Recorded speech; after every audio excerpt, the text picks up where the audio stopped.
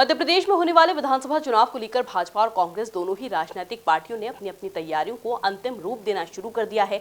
जहां शिवपुरी विधानसभा में भी चुनाव का बिगुल बज चुका है, जहां दोनों ही पार्टी अपने अपने प्रत्याशियों को लेकर कश्मकश में जुटी हुई है। ऐसे में एमपी न्यूज के संवाददाता उत्कर्ष भार्गव ने कांग्रेस के प्रबल दावेदार माने जा रहे कोलारस विधायक वीरेंद्र रघुवंशी से खास बातचीत की।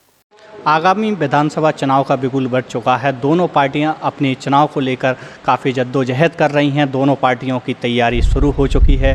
भाजपा ने जहां 2 लिस्टें जारी कर दी हैं, वहीं कांग्रेस की अभी एक भी लिस्ट जारी नहीं हुई है और लगातार अपनी तैयारियों को लेकर वे बखूबी अपने तंदुरुस्त नज़र आ रही हैं। आज हमारे साथ मौजूद हैं हाल ही में भाजपा का दामन छोड़ कांग्रेस में वापसी करने वाले कोलारस से विधायक वीरेंद्र रघुवंशी जी। आपका बहुत बहुत स्वागत है। नमस्कार आप भाइयों का भी, एमपी न्यूज़ के सभी साथियों का।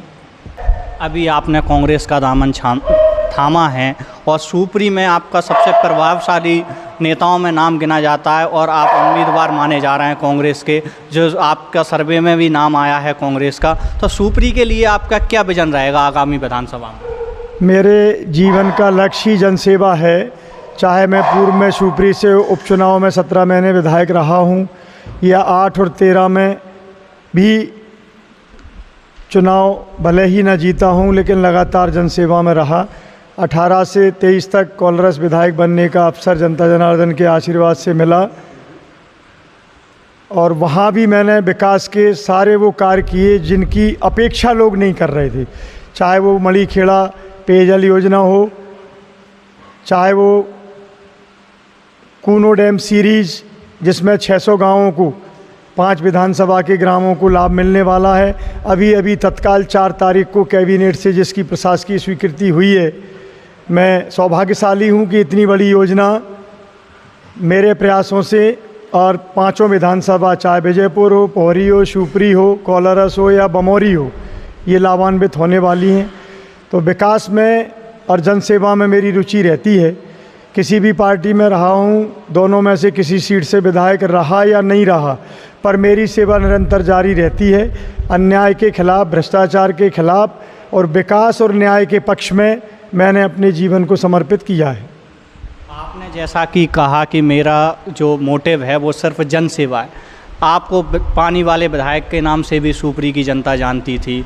2007 में आपने शिवपुरी से चुनाव लड़ा, फिर आप कोलारस की ओर कूच किए, फिर कोलारस से तो पुनः शिवपुरी की ओर कूच किए। तो इसका प्रमुख कारण क्या है? मैंने आपकी वाइड में ही क्लियर कर दिया है कि जहां जनसेवा और विकास में क्षेत्रीय छत्रप जो थे, जो पार्टी के साथ विश्वासघात करते थे, उनके कारण मुझे दोनों बार ये निर्णय लेना पड़े। अभी हाल ही में सार्वजनिक मंच से यशोधरा राजे सिंधिया ने शिवपुरी को गुड बाय कहा है। वह शिवपुरी की एक दमदार प्रत्याशी मानी जाती थी और लगभग 2 दशक से शिवपुरी विधानसभा कांग्रेस के लिए विजयी नहीं हो पाई। तो आपका इस बार क्या मोटिव रहेगा और कैसे, क्या इस गुड बाय को आप किस नज़रिए से देखते हैं? देखिए, एक लंबे समय के बाद संपूर्ण देश और प्रदेश में भारतीय जनता पार्टी की सरकार रही। 25 सालों से विधानसभा विधायक के रूप में या स्थानीय मंत्री के रूप में माननीय यशोधरा राजे सिंधिया ही चलाती रहीं, चाहे वो माखनलाल जी के समय का कार्यकाल रहा हो।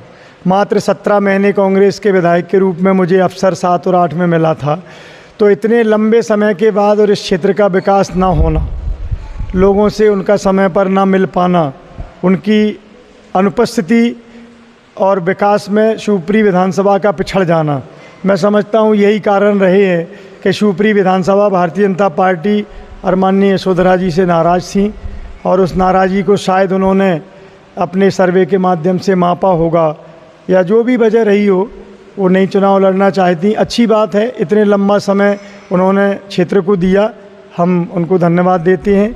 अब स्थानीय विधायक को लेकर के, जनसेवक और काम करने वाले विधायकों को लेकर शिवपुरी विधानसभा में मांग है।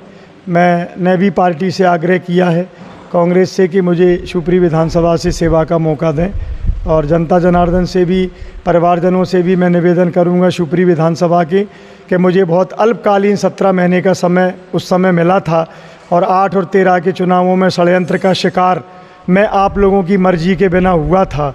तो मुझे उम्मीद है कि आप सब पार्टी के निर्णय के बाद मुझे आशीर्वाद देंगे और विकास का, अनुशासन का, सुशासन का और जनसेवा का अवसर मुझे देंगे, यही मैं अपेक्षा करता हूँ। शिवपुरी में आपने जैसा कि 2013 में कांग्रेस छोड़ी और 2023 में भाजपा छोड़ी, दोनों बार आपने ज्योतिरादित्य सिंधिया खेमे पर आरोप लगाया, और जबकि अभी कयास लगाए जा रहे हैं कि शिवपुरी से एक बार ज्योतिरादित्य सिंधिया को दोबारा विधानसभा चुनाव में उतारा जा सकता है, तो इस बारे में आप क्या कहेंगे? देखिए, राजनीति में सभी लोग स्वतंत्र हैं, पर मैं इतना ही कहना चाहता हूँ कि शिवपुरी की जनता स्थानीय विधायक चाहती है, जनसेवक चाहती है, ईमानदार व्यक्तित्व चाहती है। जुझारू और संघर्षशील व्यक्ति किसी भी विधानसभा में होता है तो विधानसभा का विकास होता है, और मैंने ये कोलरस विधानसभा में 5 वर्ष में करके दिखाया है। 600 गांव के लिए नहरों की योजना का रास्ता साफ़ किया 5 वर्ष मेहनत करके। 362 गांव कोलरस विधानसभा के, साथ में शिवपुरी विधानसभा भी 84 गांव में नहरें लाभान्वित होंगे गांव। 362 गांव शिवपुरी के अगर हैं तो 126 गांव मणिखेड़ा नल जल योजना में शिवपुरी के भी हैं। ज़िले भर को लाभान्वित करने वाली, बल्कि 3 जिलों को लाभान्वित करने वाली कूनो डैम सीरीज़, और ज़िले के 5 विधानसभाओं को लाभान्वित करने वाली मणिखेड़ा ग्रामीण पेयजल योजना, ये मेरे ही अपने प्रयासों से और शीर्ष नेतृत्व के सहयोग से मैं लेके आया हूँ। उसका लाभ भी सभी जगह मिलेगा। तो व्यक्ति अगर काम करता है तो रिजल्ट आते हैं। अब कोई जनप्रतिनिधि चुनने के बाद समय ही नहीं देगा और उसकी सोच ही विकास की नहीं होगी, तो कोई भी हो, किसी पार्टी का हो, विकास दूर दूर तक नहीं हो पाता। तो ये थे हमारे साथ विधायक कोलारस विधायक वीरेंद्र रघुवंशी जी, जिनका स्पष्ट तौर पर कहना है कि अगर आगामी विधानसभा चुनाव में मुझे विधायक पद पर अगर कांग्रेस दावेदार बनाती है तो मेरा स्पष्ट तौर पर विकास ही एकमात्र नारा होगा।